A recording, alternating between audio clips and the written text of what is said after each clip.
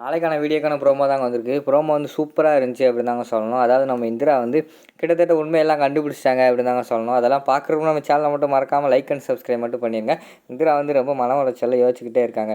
எப்படியாவது நமக்கு ரிசல்ட் வேறு நிப்பாட்டி வச்சுட்டாங்க. எப்படியாவது வந்து கண்டுபிடிக்கணும். இதுக்கு பின்னாடி யார் இருக்காங்க அப்படின்னு நம்ம கண்டுபிடிச்சி நம்ம வந்து நிரபராதி அப்படின்னு நிரூபிச்சிட்டோம்னா நமக்கு கண்டிப்பாக ரிசல்ட்டில் பாஸ் ஆகிடலாம் அப்படிங்கிற மாதிரி யோசிச்சுக்கிட்டே இருக்காங்க.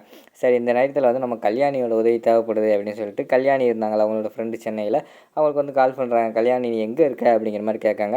என்னடி சொல்லு, நான் இங்கே ஊரில் தான் இருக்கேன் அப்படிங்கிற மாதிரி சொல்கிறாங்க. எனக்கு அர்ஜென்ட்டாக உன்னோட உதவி வேணும் அப்படிங்கிற மாதிரி சொல்கிறாங்க. என்னடி உனக்கு டிவியில் எல்லாம் பார்த்தேன், என்ன பயங்கரமாக நியூஸ்லலாம் ட்ரெண்டிங்கில் வந்துக்கிட்டு இருக்கு, என்ன ஆச்சு, என்ன பிரச்சனை அப்படிங்கிற மாதிரி கேட்காங்க.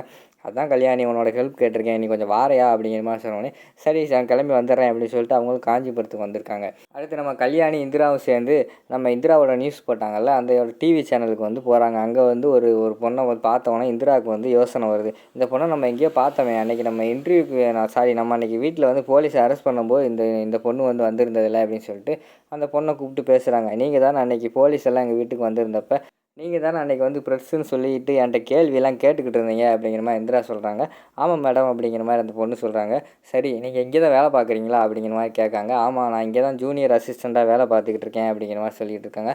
அப்படியா, இந்த டிவி சேனலில் தான் என்னோடய நியூஸ் எல்லாம் போட்டிருக்கீங்க, அது வந்து உண்மையான நியூஸ் கிடையாது, நான் வந்து நிரபராதி, என் மேலே வந்து பொய்யான இது போட்டிருக்காங்க, பழி போட்டிருக்காங்க, அது யார், அந்த நியூஸ் யார் கொடுத்தா என்னென்னு கண்டுபிடிச்சா தான் நான் வந்து ஐஏஎஸ்லேயே பாஸ் ஆக முடியும், எனக்கு ரிசல்ட் வந்து நிப்பாட்டி வச்சுருக்காங்க அப்படிங்கிற மாதிரி சொன்னேன். ஓ அப்படியா மேடம் அப்படிங்கிற மாதிரி சொல்லிக்கிட்டு இருக்காங்க.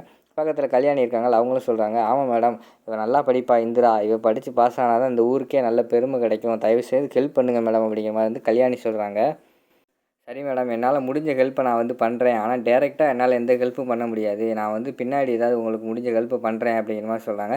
சரி சொல்லுங்கள், தயவுசெய்து அந்த நியூஸ் போட்டது யார், அந்த நியூஸுக்கு பின்னாடி யார் இருக்கா, அந்த நியூஸ் எப்படி வீடியோ வந்துச்சா ஃபோட்டோ வந்துச்சா, தயவுசெய்து எனக்கு சொல்லுங்களேன் அப்படிங்கிற மாதிரி வந்து இந்திரா கேட்டுக்கிட்டு இருக்காங்க.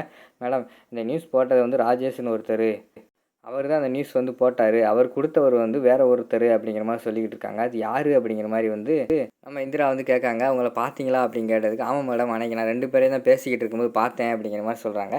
அது யாருன்னு இந்திரா கேட்டுக்கிட்டு இருக்காங்க. அதோட பார்த்தீங்கன்னா அந்த ப்ரோமோ வந்து முடிச்சிடுறாங்க.